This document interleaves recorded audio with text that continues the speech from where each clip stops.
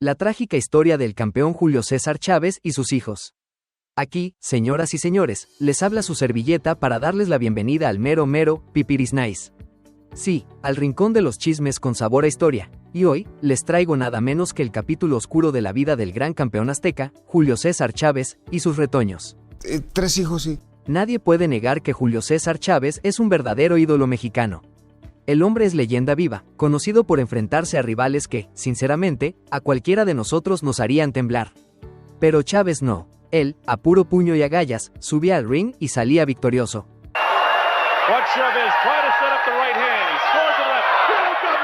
Sin embargo, detrás de esa imagen de invencible, se esconde otra historia. Una historia que tanto él como sus hijos enfrentaron cara a cara, y no precisamente con guantes puestos, sino con los estragos de unas cuantas cositas dañinas, que acabaron por golpear su vida personal. Así que, acompáñenme mientras entramos en la vida de este campeón mundial, este ídolo azteca que tocó el cielo y se coronó como leyenda. Pero que también conoció las profundidades de un dolor que noqueó su alma y afectó a su familia entera, empezando por sus hijos. La pelea fue en enero, me levé todo diciembre con y el... Pero antes de seguir con este tremendo chisme, historia de altura, no se olviden de suscribirse a nuestro canal. Aquí tenemos el Pipiris Nice de los contenidos, y solo ustedes podrán hacer sonar esa campanita para estar al tanto cada vez que lanzamos algo fresquecito. Ayúdennos también compartiendo este video para que la comunidad crezca y podamos alcanzar la ansiada meta de los primeros 1000 seguidores. Estamos seguros de que, con su ayuda, lo vamos a lograr. Así que, si ya están listos, basta de bla bla bla y vamos al grano. Julio César Chávez, el ídolo de México y una verdadera leyenda del box, no solo sigue presente en el Ring de la Fama, sino que ahora ha estrenado un reality show donde participa toda la familia. El programa nos promete abrir las puertas, como diría mi tía La Lupe, hasta la cocina, mostrando esas relaciones familiares, los conflictos de todos los días y alguna que otra victoria. Algunos dicen que este reality era lo último que necesitábamos, porque, siendo sinceros, el gran campeón ya se ha encargado de ventilar toda su vida privada, con lujo de detalles. Julio César Chávez no se ha guardado ni una y, si no bastara con eso, su hijo Julio César Chávez Jr. ha aportado su granito de arena en esta telenovela familiar.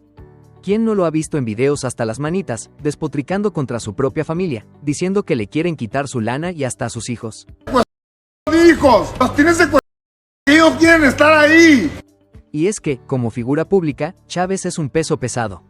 En México es una leyenda, y en el mundo del box, un verdadero monstruo de récords. Con 37 peleas de título mundial, mantiene el título de más defensas con 31, y tiene el récord de victorias consecutivas desde su debut profesional con 89 peleas ganadas. Para colmo de logros, se mantuvo oficialmente invicto por 13 años, 11 meses y 24 días.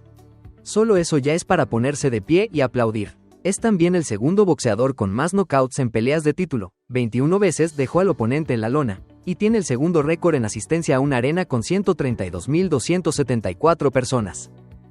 Y por si fuera poco, fue el primer mexicano en llevarse 3 títulos mundiales en 3 divisiones diferentes. En lo personal, el campeón se casó con Amalia Carrasco, con quien tuvo a sus 3 hijos, Julio, Omar y Cristian, y terminaron divorciándose en 1994. Pero, como dicen, nadie es profeta en su propia casa, y parece que ni los campeones del ring pueden evitar que sus vidas sean un espectáculo familiar, y ahora, de reality show. La esposa actual de Julio es Miriam Escobar. Se casaron en 2015, y con ella tuvo una hija, Nicole. Además, Julio sumó a su vida a 2 hijastros, Tania, de 37 años, y Alan, de 33, ambos fruto del primer matrimonio de Miriam. Chávez contrajo matrimonio, vio por los 2 hijos que la mujer ya tenía. Y aquí viene el dato curioso. Antes de compartir su vida con el campeón, Miriam estuvo casada con otro boxeador, Jesús Bebé Gallardo. Gallardo no solo era compadre y sparring de Chávez, sino que también fue un amigo muy cercano. Trágicamente, el 9 de abril de 1986, Gallardo partió de este mundo, en circunstancias extrañas, en un hotel cerca de Toluca, Estado de México, donde se hospedaba junto al equipo de Chávez. ¿Y los hijos? Ellos sí han tenido una vida de puro lujo y comodidades, no lo vamos a negar. Pero parece que el gusto por las cositas dañinas no respetó generaciones y les pasó una factura bien pesada. Al menos 2 de los 4 hijos de Chávez han seguido esos mismos pasos, sintiendo en carne propia las consecuencias de esos excesos que marcaron la vida del campeón. Nicole Chávez Escobar, la más pequeña y única hija mujer de Chávez, no ha perdido el tiempo en eso de hacerse un nombre en el espectáculo. Con apenas 25 años, ya la hemos visto en Pequeños Gigantes, Bailando por un Sueño, y hasta en La Casa de los Famosos y Las Estrellas Bailan en Hoy. Como si fuera poco, ha desfilado como modelo para varias marcas de prestigio, dejando claro que el talento no se hereda. Se presume. Sin embargo, hace una semana soltó la bomba. Estuvo internada en una de las clínicas de rehabilitación de su papá. Y no se espanten, que no fue por andar experimentando como su jefe o sus hermanos. A Nicole, a sus 18 años, le diagnosticaron una profunda melancolía, y decidió internarse para enfrentar ese monstruo de frente. Y, al parecer, la pelea la ganó, logró salir adelante y dejó atrás ese capítulo oscuro. Yo estuve en una clínica de mi papá, internada 2 meses y medio, cuadro depresivo. Luego tenemos a Cristian Chávez Carrasco, el segundo en la línea, y curiosamente, el único de los Chávez que decidió no subirse al ring para ganarse la vida a puño limpio. Cristian, de 29 años, prefirió los trajes a los guantes, y en junio de 2021 se graduó como licenciado en negocios internacionales nada menos que en la City University of Seattle. Hoy en día, ejerce su profesión en Estados Unidos, donde, en lugar de recibir golpes, se dedica a los negocios y al mundo corporativo, manteniendo la herencia de su apellido en terrenos un poco más, digamos, tranquilos. Yo que no me dedico a esto, para mí también es a veces muy pesado pasar todo esto.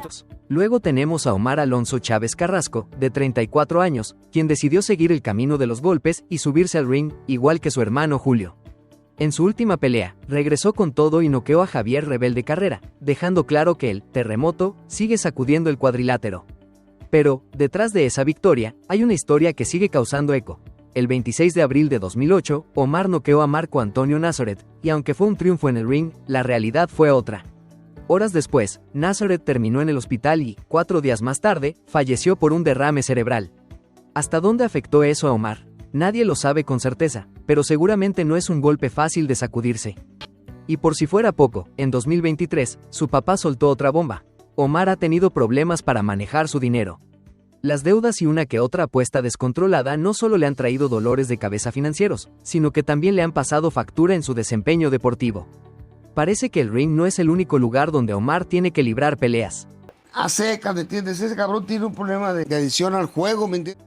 Y si hay alguien que ha hecho que el ídolo del pueblo pague cada uno de sus deslices, ese es su hijo mayor, Julio César Chávez Carrasco, o como todos lo conocemos, como el Junior. A sus 38 años, ha sido un verdadero dolor de cabeza para su famoso padre, aunque hay que decir que también fue el que más apoyo recibió de él. Empezó su carrera en 2003 y logró algo histórico: convertirse en el primer mexicano en ser campeón mundial en peso medio. Pero, como suele pasar en esta historia familiar, sus problemas con ciertas malas costumbres lo fueron alejando del ring. Después de casi 3 años sin pelear, en julio de 2024, el Junior regresó al cuadrilátero y venció al arte marcialista Uriah Hall por decisión unánime. Un regreso triunfal, que por supuesto, estuvo empañado por sus ya famosos episodios de escándalos. Pero boxeé perfectamente, ya le gané a un güey que está fuerte. A principios de 2024, lo detuvieron en Estados Unidos por posesión ilegal de un juguetito de fuego, sumando otro episodio a su larga lista de líos, que incluyen más de una recaída en cositas prohibidas. El propio Junior no lo niega, él mismo ha aceptado sus tropiezos y asegura que en varias ocasiones fue internado, pero, según él, no tanto por su propio bien, sino porque, aparentemente, alguien le quería quitar el dinero y a sus hijos. Es un hacia los niños chiquitos menores. Pues, parece que Omar y Cristian decidieron darle la ley del hielo a su propio padre, Julio César, por no correr de inmediato a ver a su hermano cuando lo arrestaron en Estados Unidos con esos pertrechos en el equipaje. Vaya novela, pero, ¿quién puede juzgar a un padre que haría lo que fuera por ver a sus hijos bien? Chávez no es la excepción. Él mismo ha dicho, sin pelos en la lengua, que mientras le quede un respiro, va a luchar por sus hijos. Así lo odien, él insiste en que no los va a dejar solos y que les va a salvar la vida. Cristian, Omar y Nicole que me dijeran que salvara a mi hijo. Chávez reconoce que ha cometido muchos errores y vaya que lo sabe, pero asegura que si hay algo de lo que jamás se va a arrepentir, es de amar a sus hijos y de pelear por ellos, en el ring o fuera de él. Y claro, admite que más de una vez se adelantó sacando a Julio y a Omar de las clínicas de rehabilitación antes de tiempo, porque ya conocemos cómo es el campeón, impulsivo hasta para eso. De eso sí se arrepiente. De lo demás, ni tantito. Para ellos, siempre ha estado al pie del cañón. Yo fui por mi hijo Julio muchas veces a Los Ángeles y me lo traje por mis pantalones. Lo cierto es que Julio César Chávez vivió una vida que no tiene ni comparación con la de sus hijos. Él lo tuvo todo en contra y, aún así, logró escalar hasta la cima de la fama y el corazón del público. No lo hizo a punta de lujos, sino con sus propias manos y su ingenio. Era un peleador nato, de esos que vienen de fábrica, no hecho a base de marketing. Julio César Chávez González vio la luz en Ciudad Obregón, Sonora, el 12 de julio de 1962, pero pronto la familia se mudó a Culiacán, Sinaloa. ¿Y la familia? Todo un ejército. 13 en total, 11 hermanos y los papás. Su padre era ferrocarrilero, y la mamá, con un temple de acero, se dedicaba a lavar y planchar ropa ajena para ayudar con la economía del hogar. Aunque, según el campeón, nunca faltaban los frijolitos con arroz en la mesa, la escasez era una realidad de todos los días. La situación era tan precaria que ni siquiera tenían casa propia. Al papá le prestaban un vagón de tren donde vivía toda la familia, sí, así como lo oyen. Y las navidades, bueno, esas no eran como las de las familias normales, que tienen su pavo o algo especial en la mesa. No había regalos, ni árbol, ni nada de eso. Eran navidades con lo que se pudiera, pero llenas de ese espíritu de lucha que, sin duda, se quedó en Julio para siempre. Desde chiquito había muchas carencias económicas, teníamos que trabajar. Julio César tuvo un hermano, Omar, que tristemente perdió la vida a los 4 años, atropellado frente a su casa. Fue un golpe devastador para la familia, algo que nunca se olvida. Y muchos años después, la vida le asestó otro golpe fuerte cuando su hermano, el Borrego, también falleció, dejándolo con una herida que ni todas las victorias en el ring pueden sanar. Salieron corriendo y mi hermano pues ya estaba sin vida. Desde siempre, los hermanos de Julio estaban en el mundo del boxeo, y eso a él no le hacía mucha gracia. Llegaban a casa llenos de moretones y golpes, y aunque el pequeño Julio prefería darle al fútbol o al béisbol, sus hermanos no se cansaban de insistir en que entrenara y se subiera al ring. Claro, el futuro campeón no estaba convencido, y por eso sus hermanos empezaron a verlo con ojos de sospecha, haciéndole bromas pesadas y diciéndole que tenía modales quebradizos. Al final, sus hermanos idearon una estrategia. Le ponían los guantes y le daban un centavo para que se animara a pelear. Y vaya si funcionó, porque, con el tiempo, ese centavo se transformó en una buena fortuna. Me ponían los guantes cada rato y me daban un centavo, me ponían los guantes. En palabras del propio Chávez, la pelea donde más dinero le pagaron le dejó nada menos que $10 millones. Al ver que sus hermanos ganaban algo de dinerillo con los guantes, a Julio también le fue gustando la idea. Pero más que por el dinero, lo hacía por el dolor que le daba ver a su mamá, doblada de sol a sol planchando y lavando ropa ajena para sacar adelante a la familia. Eso, según él, le dolía más que cualquier golpe que recibiera. Y como sus hermanos, Julio le hacía la misma promesa a su madre: cuando sea campeón del mundo, ya no vas a trabajar. Eso, próxima campeona del mundo. Luego de su infancia en el vagón de tren, su papá consiguió una casita pequeña justo enfrente, y años después, fue ahí mismo donde Julio le construyó una casa de verdad a su mamá. Su familia conoció las carencias de cerca, y cuando él formó la suya, se propuso darles todo lo que él no tuvo, y de sobra. Sus hijos se metieron al boxeo, sí, pero no por necesidad, sino por ver a su papá pelear. Él sí peleó por pura necesidad. Era su única forma de salir adelante en un mundo de pobreza que conoció con sus hermanos y padres. Mar, ¿se acuerda que le dije que le iba a sacar de lavarle el planchar? Sí, hijo, dice, pero lo te quitó, dice. Y hablando de su papá, Julio relató que su viejo tenía una relación complicada con la bebida. Desde pequeño, Julio lo veía consumir a diario y transformarse en alguien que le faltaba el respeto a su mamá y se ponía violento. Una vez, incluso, el joven Julio tomó valor y estuvo a punto de golpearlo con un palo para defender a su madre. Ese día, su papá se calmó con las amenazas hacia ella. Julio era un niño, pero el valor le salió de lo más profundo. Desde entonces, juró que él nunca sería igual a su papá. Empezaba a pelear con mi mamá. Yo decía, no, yo no voy a ser igual que mi padre. En la secundaria, Julio se convirtió en todo un peleonero de barrio. Lo buscaban de todas las colonias para armarse un buen trompo, y aunque siempre tenía ese nervio en el estómago, jamás se echaba para atrás. A veces se agarraba hasta con 3 al mismo tiempo, y a puro mamellazo limpio los dejaba fuera de combate, sin necesidad de armas. En los estudios, bueno, no era un lumbrera, pero tampoco se quedaba atrás. Con sus 7 y 8 de calificación, iba sacando adelante la escuela. Afuera de la escuela, y dije, otra vez tengo que pelearme. Cuando le surgió la oportunidad de entrar al boxeo profesional, su mamá puso el grito en el cielo. Ella ya no quería sufrir más al ver a sus otros hijos llegar golpeados y con moretones. Pero Julio, en lugar de rendirse, se la jugó y lloró para que le diera permiso, prometiéndole que haría solo 10 peleas y que si perdía aunque fuera una, lo dejaba. ¿Qué pasó después? Más de 90 peleas profesionales, y ni una derrota en ese tiempo. Su mamá, eso sí, nunca fue a verlo pelear. Incluso cuando la llevó a Las Vegas, prefirió quedarse en el hotel. No soportaba la idea de ver a su hijo recibir golpes. Su papá, en cambio, fue cuando Julio se enfrentó al invicto Meldrick Taylor, en una pelea que buscaba unificar el título superligero, el 17 de marzo de 1990. Pero la cosa no salió como esperaba el viejo. En el octavo asalto, después de ver a su hijo recibir una verdadera paliza, no aguantó más y salió de la arena. La pelea duró hasta el round 12, y a solo 16 segundos de que sonara la campana, Julio noqueó a Taylor. Ese día, la presión fue tanta que a su papá le dio diabetes, dejándole claro que ver a un hijo pelear puede ser mucho más duro que cualquier batalla en el ring. Pelear al ritmo que peleaba él, porque era la única forma que yo le podía ganar, Adela. Para Julio, cada pelea tenía su propio lugar en la memoria, pero hay algunas que sencillamente no puede olvidar. Una de esas fue cuando se coronó campeón mundial el 13 de septiembre de 1984, ganando el título vacante del Consejo Mundial de Boxeo en peso superpluma. Aquella noche, en Los Ángeles, derrotó a Mario Azabache Martínez y se convirtió en leyenda. Al regresar a Culiacán, lo recibieron como nunca antes a un deportista. La ciudad entera estaba en fiesta, con gente abarrotando las calles solo para ver al campeón. Se corona como nuevo campeón del mundo. Otra pelea que Chávez recuerda muy bien fue contra el boricua Edwin Rosario, el Chapo, en el Hilton de Las Vegas, un 21 de noviembre de 1987. Esa fue la pelea que más le dolió, literalmente. Ese día, Julio debutó con una banda roja en la frente, un accesorio que se volvió su sello personal. Y la historia detrás de la bandita tiene su toque de misticismo. Le contaron que la mamá de Edwin había puesto una foto suya en una cubeta de hielo para que saliera, frío, al ring.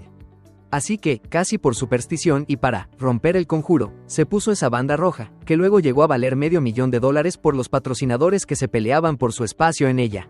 Estaban haciendo brujería. Julio, ponte la cinta roja, con eso vas a ahuyentar los malos espíritus. Esa misma pelea también marcó un punto oscuro en su vida. Fue la entrada de Julio al mundo de las cositas, socialmente aceptadas, esas que al principio parecen inofensivas. Sin embargo, en 1992, después de su pelea contra Héctor, el Macho, Camacho en el Thomas & Mack Center de Las Vegas, empezó a meterle con fuerza a las cositas prohibidas, y ahí comenzó una batalla que no se libraba en el ring, sino en su propia vida. La primera vez que probé la después de la pelea de Macho Camacho, una noche sí. El entonces presidente de México, Carlos Salinas de Gortari, invitó a Julio a Los Pinos, y desde que aterrizó en el aeropuerto hasta llegar a la residencia oficial, las calles estaban repletas de gente aclamando y felicitando al campeón. Era una estrella, sin duda. Pero, a pesar de su éxito, las cositas, de las que había desconfiado al principio, tras pelear contra Héctor Macho Camacho, se convirtieron en una tentación a la que finalmente sucumbió. Fue un cambio que desató una serie de problemas que serían difíciles de controlar. Con la me hice un ser humano despreciable, ¿me entiendes? O sea... En 1993, Julio abrió el año rompiendo récords de audiencia para una pelea profesional, llenando el Estadio Azteca con más de 132,000 espectadores. Pero no todo fue gloria. Ese mismo año sufrió la primera mancha en su historial, con un empate polémico ante Pernell Whitaker. Y luego llegó el 29 de enero de 1994, una fecha que el campeón no olvidará. Esa noche, Julio sufrió su primera derrota, al caer frente al estadounidense Frankie Randall por decisión dividida. Esa pelea se le quedó grabada, y no solo por ser la primera vez que perdía en el ring, sino porque fue la primera donde su descontrolado consumo de cosas prohibidas realmente pasó factura. Cuando el combate terminó, Julio vio a muchas personas llorando, y fue como si, por primera vez, se diera cuenta de las emociones de quienes estaban a su lado. Después de la pelea, se fue al hotel acompañado por sus hijos, Julio y Omar. Entre tragos, se fue a dormir con el amargo sabor de la derrota, y cuando despertó, su pequeño Omar le soltó las palabras que lo golpearon de verdad. «Papá, perdiste». En ese momento, Julio asimiló el peso de esa derrota y lo que significaba, no solo para él, sino para todos los que lo rodeaban. 3 años antes, Julio ya había comenzado a darle duro a esas cosas, pero aún así seguía ganando peleas. Entrenaba apenas una semana antes de cada combate, y aunque cualquiera diría que eso es una locura, él salía al ring y se llevaba la victoria. Era demasiado buen peleador, pero sabía que esa racha no iba a durar para siempre. En el fondo, sabía que, de no haberse metido en ese mundo oscuro, aún le quedaba mucho por dar. Mi adicción estaba muy avanzada, whisky, tequila, todo, ¿me entiendes? O sea... Y ahí estaba, en la cima de la fama y el éxito, rodeado de gente que lo adoraba y respetaba. Pero, a pesar de toda esa atención, su círculo más cercano le parecía vacío. Esa soledad lo empujaba a seguir, poniéndose hasta atrás, una y otra vez. Julio ya no era el mismo. Se había convertido en alguien irreconocible, con actitudes que nadie asociaría con un campeón. Faltaba el respeto a todos, a su esposa, a sus hijos, a su mamá, incluso a su público. Se había vuelto, en sus propias palabras, un ser despreciable. No, despreciable, ¿me entiendes? Me convertí en un diablo. En esos años oscuros, estuvo al borde de quitarle la vida a uno de sus propios hermanos, y también a un paso de optar por la salida más trágica, por la puerta falsa. Las mujeres lo rodeaban, siempre había alguien dispuesto a estar con él, pero ninguna le importaba realmente. Eran relaciones pasajeras, sin compromisos. En su mente, él tenía a su esposa y sus hijos, pero todo lo demás era solo para llenar el vacío, aunque fuera por un rato. En una de esas anécdotas que parecen de película, Don King, el célebre promotor, le regaló a Julio un Rolls Royce y se lo enviaron directo hasta Culiacán. Naturalmente, Julio no perdió la oportunidad de presumirlo, y en el camino decidió hacer una parada en el bar, donde acabó en compañía de una chica. Lo que no esperaba era que su esposa, que lo había seguido sin que él lo supiera, apareciera ahí mismo y le hiciera una escena. Le tiró la bebida al suelo sin miramientos y, como si eso fuera poco, también le chocó el coche nuevecito. Así te quería agarrar y se salió y el carro me lo empezó a chocar por atrás. Por esos años, Julio andaba en una espiral sin freno. No era raro que pasara días enteros sin dormir y que se le viera en el hospital por sus excesos. Hubo un día especialmente oscuro en el que, convencido de que su hermano le había quitado su cocol, sacó su juguetito y, en un arranque, disparó, rozándolo por nada. En esos momentos, su vida era un torbellino. Julio también recuerda que conocía a los grandes nombres del submundo en México, aunque todos entendían que lo suyo era el deporte. Aún así, cuando lo llamaban, no era algo que pudiera rechazar fácilmente. Si no iba, se encargaban de que llegara, todo para conversar un rato y saludarlo. Llegaban 2, 3 Suburban. Oye, ¿te quiere conocer el patrón? Que vayas para allá. Ay, si no iba. Después de su victoria contra el Macho Camacho, el mismo día, esos nombres ilustres llegaron en grupo a su casa para felicitarlo. Julio cuenta que había como 300 personas bien equipadas, en lo que fue un verdadero desfile de poder en la puerta de su hogar. El campeón contó que, a lo largo de su vida, varios de los jefes de jefes le regalaron todo tipo de joyas, relojes, pulseras, cadenas. Algunas de las cuales todavía guarda como recuerdos valiosos. Más de una vez intentó rechazar estos regalos, pero ellos insistían. Decían que era una muestra de aprecio, un gesto de cariño, y él, para no incomodarlos, acababa aceptándolos. Incluso, se dice que la mamá de Carlos Salinas de Gortari le comentó al presidente que debería conocer a Julio. Cuando finalmente se encontraron, Salinas le dio un consejo curioso: que se cuidara, porque era el único deportista amado y respetado tanto por los de arriba como por los de abajo. Bien, señor presidente, le digo. Señor presidente, ya no gano los millones que ganaba, le digo, pero... Pero todo aquello, en un momento, se convirtió en una bola de nieve. Su esposa lo demandó por problemas en casa, Don King le reclamaba dinero, Hacienda lo tenía en la mira por un descuido de $100,000, y su salud estaba por los suelos, destrozada por sus excesos. Un día, agotado y sin salida, Julio tuvo la idea de una salida falsa. Al tercer intento, un familiar que estaba cerca le desvió la mano, y falló. Allí, en el suelo, miró al cielo y vio lo que él describió como una silueta divina. Incluso una venda que llevaba en el brazo quedó colgando de un árbol y, según él, también se formó esa figura. Después de 3 días sin dormir y consumiendo de todo, aquella experiencia fue un golpe de realidad. Que jalo, mi cuñado me mete el cabrón y el tiro me... ¡pum! Finalmente, en 2010, su esposa Miriam y su hijo Julio intervinieron. Con engaños lograron llevarlo a una clínica de rehabilitación, y el campeón reaccionó furioso, acusándolos de haberlo secuestrado, y prometiendo que se la harían pagar. Pero, con el tiempo, Julio César entendió que aquello era lo mejor que podían haber hecho por él. Después de un largo proceso, dejó atrás sus malos hábitos y reconstruyó su vida. Años después, irónicamente, sería él quien llevaría a 2 de sus hijos a rehabilitación para ayudarlos a escapar de los mismos excesos que casi lo destruyeron. Que mira, hijo, mientras yo te vea mal, yo te voy a salvar la vida. Julio César Chávez es querido en su pueblo y en todo México, y no es para menos. Su vida está llena de anécdotas, de esas que uno quisiera escuchar de primera mano. Dicen que, en el estadio de béisbol de sus amados tomateros, regalaba billetes como si fuera un Santa Claus adelantado. En Navidad, era común verlo repartiendo regalos a los niños de su comunidad y hasta lavadoras y planchas a quien le pedía algo para la mamá. Actualmente, Julio César ha canalizado su experiencia de vida en ayudar a otros. Tiene 2 centros de rehabilitación, Clínica Baja del Sol, en Tijuana y en Culiacán, y es embajador de la Campaña Nacional de Prevención y Atención a Adicciones. Su propio viaje lo llevó a perder mucho dinero en vicios, pero lo que quedó lo ha invertido en proyectos muy variados, desde gimnasios JC Chávez Boxing Studio, restaurantes y líneas de ropa deportiva, hasta su imagen en productos de vitaminas y bebidas. También se le ve en campañas publicitarias de bebidas deportivas y equipos de boxeo, y como empresario ha metido mano en bienes raíces, adquiriendo propiedades en puntos clave y hasta en el sector hotelero, con hoteles y resorts en México. Eso sí, el boxeo sigue siendo su pasión, no se despega ni un centímetro de él, y ahora es una autoridad en el mundo deportivo, compartiendo su experiencia en el ring y fuera de él. Y bueno, amigos, esperamos que hayan disfrutado este video. Si tienen algún comentario, no olviden dejarlo en la caja, queremos conocer su opinión. No se olviden suscribirse al canal, activar la campanita, y darnos un like para motivarnos a seguir produciendo más contenido como este. Hasta la próxima.